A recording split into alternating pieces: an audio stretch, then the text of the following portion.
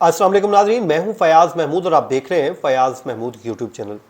नाजरीन, कुछ साल पहले मैंने एक तहरीर लिखी थी और वो मेरा कॉलम जो है वो बड़ा पॉपुलर हुआ था, जिसमें मैंने उसका जो टाइटल बड़ा सख्त लिख दिया था कि मैं तवाइफा नहीं हूँ। ये तहरीर मैंने क्यों लिखी? मैं ऑब्ज़र्व करता रहा था पिछले कुछ दिनों से, और जब भी मैं रोड पर जाता तो मैं देखता कि कोई बेचारी कोई लड़की खातून कोई रोड पर खड़ी है, तो उस पे होता ही है कि कोई ना कोई कार वाला आकर ज़रूर उसके पास या उसके आगे या थोड़ा सा पीछे खड़ा हो जाता है, और वो यही समझता है कि शायद ये मेरे साथ जाने के लिए खड़ी है। ये आपने भी ऑब्ज़र्व किया होगा। लेकिन उस पे मुझे इख्तिलाफ ये था कि यार, हम जब लोग निकलते हैं सड़कों पर तो हम क्यों हर खड़ी होने वाली लड़की को इस तरह समझ लेते हैं? वो एक गाड़ी का इंतज़ार कर रही है, ठीक है, अल्लाह ताला ने उसको अभी इस्तेदाद नहीं दिया, उसके पास बेचारी के पास गाड़ी नहीं, तो उसे ट्रांसपोर्ट के लिए रोड पे ही खड़े होना है। लेकिन ये हमारे जहन का फतूर होता है कि हम हर जो है खड़ी हुई लड़की के ऊपर शक की नज़र से चलते हैं कि शायद वो अकेली खड़ी है तो वो मेरे साथ जाने के लिए तैयार होगी। हालांकि हकीकत इसके बरक्स होती है, कभी भी ऐसा नहीं होता। लेकिन बाज़ औक़ात जब इस तरह की कोई लड़की आपके साथ बैठ जाती है तो यकीनन कुछ दाल में काला होता है, और हुआ भी कुछ ऐसा ही है। और ये कराची के एक शहरी के साथ ऐसा हुआ है कि जिसमें उसने एक लड़की को लिफ्ट दे दिया। और आप भी इस तरह किसी लड़की को देखते हैं कि खड़ी है और वो लिफ्ट आपसे मांग रही है, तो चौकन्ना ज़रूर हो जाए, क्योंकि कोई भी शरीफ या जो अपने काम के लिए निकली है, मैं कहता हूँ 99% वो लड़कियां कभी भी किसी अननोन या स्ट्रेंजर के साथ लिफ्ट नहीं लेती, लिफ्ट लेकर नहीं बैठती। वो उन्हें चाहे सारा दिन खड़ा होना पड़े, चाहे उन्हें पब्लिक ट्रांसपोर्ट के लिए जितना भी इंतजार करना पड़े, वो उन्हीं के साथ ही जाती हैं। तो ये बड़ा अपने आप को क्लियर कर लें। बड़ा ही अफसोसनाक एक वाक़या पेश आया। ज़ाहिर है मैं विक्टिम ब्लेमिंग के ऊपर भी यकीन नहीं रखता, लेकिन ज़ाहिर है डिटेल्स हैं जो आपके साथ मुझे शेयर करनी है और तमाम तर तफसीलात आपके सामने रखते हैं। जी, कुरंगी में ये एक वाक़या रूनमा हुआ है, और अगर आप भी देखते हैं कि कोई खातून खड़ी है तो ज़रूर सोच समझ के जो है, शायद हो सकता है उसमें ज़रूरतमंद भी हो। ये नहीं मैं कहता कि ज़रूरतमंद नहीं हो, ज़रूरतमंद भी हो सकती है, कोई रात का पहर हो सकता है, बेचारी को गाड़ी या ट्रेन या कोई नई सवारी मिली, तो आप यकीनन हेल्प आउट करें। अब कुरंगी का जी एक नौजवान है जिसने एक थाने में दरख्वास्त दी है। दरख्वास्त में वो बताता है, हुज़ैफ़ा उसका नाम है, वो कहता है कि जी मैं अवामी कॉलोनी जो थाने में शिकायत दर्ज करवाने आया हूँ, और वो बताता है कि जी मैं फैक्ट्री से अपने घर आ रहा था। अब मैं इस पर कोई शक या नहीं कर रहा, मैं बिल्कुल इस बेचारे ने हो सकता है मदद की हो, हेल्प आउट किया हो, और इसलिए तो बेचारा जो है वो फिर भी रहा है। वो बताता है कि जी मैं घर आ रहा था तो कुरंगी सिंगर जो है चुरंगी, वहाँ पर एक लड़की खड़ी थी, खातून खड़ी थी, उसने मुझे लिफ्ट लेने के लिए रोका। मैं रुक गया और मैंने उसे लिफ्ट दे दी।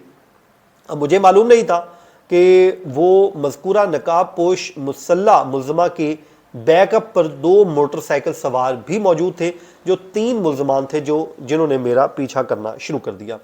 अब वो बताता है कि कुरंगी नंबर 5 मॉडल पार्क के करीब जब मैं पहुंचता हूं तो खातून मुल्ज़मा ने मुझे मोटरसाइकिल से उतरने का कहा कि भाई उतर जाओ।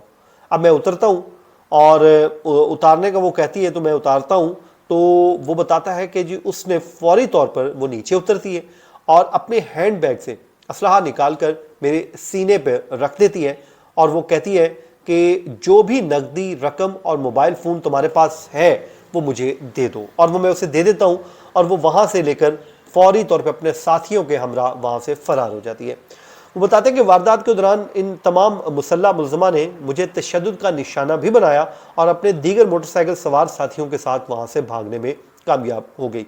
मुतासरा शहरी ने इंदराज मुकदमा के लिए अवामी कॉलोनी थाने में ये दरख्वास्त जमा करवाई है, और जिसके बाद ये मुकदमा दर्ज कर लिया गया है और पुलिस ने इस गिरोह को गिरफ्तार करने की कोशिश शुरू कर दी है।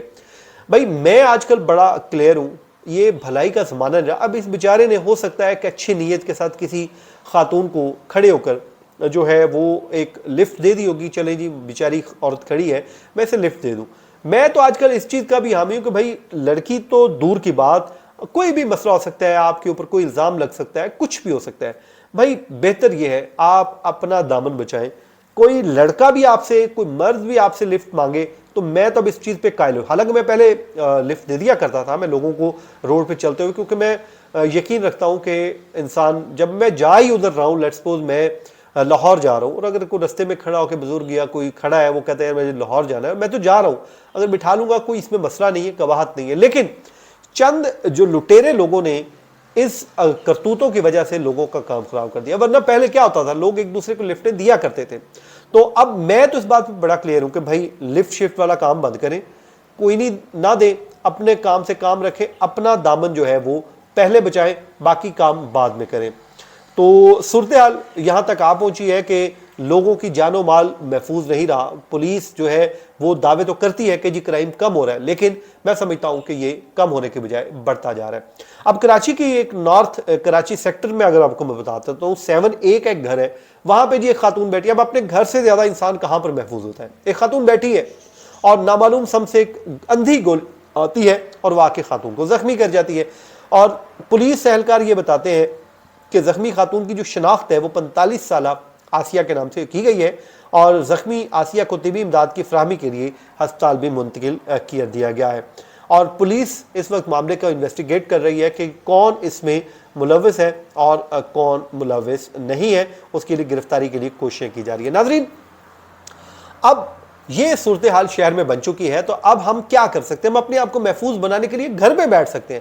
اب گھر پہ بھی اندھی گولیاں آخر گر رہی ہیں، آخر کار کہاں جائے؟ تو بھائی اس کا حل یہ ہے کہ لوگوں کو کرائم میں ایک تو سزائیں دیں اور دوسرا روزگار کے مواقع پیدا کریں، تاکہ لوگ روزگار حاصل کریں، وہ اپنا وہاں سے کمائیں اور اپنا کما کر اپنے بچوں کا پیٹ پالیں. روزگار کے مواقع ہے نہیں، روزانہ کی بنیاد پر عدم استحکام ہے، کبھی کوئی احتجاج ہو رہا ہے، کبھی کچھ ہو رہا ہے، مطلب کچھ بھی نہیں ہے. تو اس سے کیا ہوگا؟ اس سے الٹیمیٹلی نقصان ہی ہوگا، اور جو لوگ ہیں وہ انہی طرح درندوں سے لوٹتے رہیں گے. اب کوئی جوئے کھیل رہا ہے، کوئی غلط کاموں میں پڑ رہا ہے، کوئی اس طرح کے کام کر رہا ہے، شارٹ کٹ سب ڈھونڈ رہے ہیں. اب لاہور میں آپ دیکھ لو ایک واقعہ پیش آیا جس میں ایک جواری بھائی نے پیسے نہ دینے پر اپنے نابینا بھائی کو مار دیا. اب وہ جوا کھیلتا تھا. یہ شفیق آباد کا واقعہ ہے جہاں پر پولیس بتاتی ہے کہ ملزم عبدالغفار نے جوے میں پیسہ ہار لیا. اب وہ پیسہ جب ہار گیا تو وہ اپنے بڑے بھائی سے آیا کہ آکے جی مجھے 4 لاکھ روپیہ دو. اب بڑے بھائی نے انکار کر دیا. اسے تو پتا ہوگا اس کی کرتوتوں کا کہ میں نے اسے کیوں دینے ہیں، کہ یہ تو جا کے اور مزید ہار جائے گا. تو اس نے اسے پیسے نہیں دیے، تو اس نے اسے ہی موت کی نیند سلا دیا. اب پولیس یہ بتاتی ہے کہ سعید خان جو اس دنیا میں موجود نہیں ہے، وہ بینائی سے محروم شخص تھا اور محکمہ اوقاف میں ملازم تھا، اور اس کے جواری بھائی نے فائرنگ کر کے اپنے ہی سگے بھائی کو اس دنیا سے رخصت کر دیا ہے. اور اب ملزم عبدالغفار کے خلاف مقدمہ درج ہو چکا ہے، اور درج کرنے کے بعد جو ہے تاہم ملزم نے بری ضمانت بھی کروا رکھی ہے، اور تاحال شامل تفتیش بھی نہیں ہوا، یہ پولیس بتا رہی ہے. دیکھیں یہ ہاتھ، وہ کہتے ہیں ہاتھ کو ہاتھ کھا رہا ہے، تو اپنی حفاظت پہلے کیجئے. اپنا جو ہے میں کہتا ہوں کہ بس اپنے آپ کو محدود کر لیے اپنی ذات تک، تاکہ ہم خود جو ہے اپنے آپ کو بچا سکیں. ورنہ تو نہ کوئی بھائی کے ہاتھوں محفوظ ہے، نہ کوئی کسی عورت کے ہاتھوں محفوظ ہے، نہ کوئی کسی مرد کے ہاتھوں محفوظ ہے. اللہ تعالیٰ سب کو اپنے حفظ و امان میں رکھے. اپنا فیڈ بیک دینا مت بھولیے، اور ہمارے چینل کو سبسکرائب بھی کر لیجئے. کامنٹ سیکشن میں فیڈ بیک ضرور دیجئے. مجھے دیجئے اجازت. اللہ نگہبان.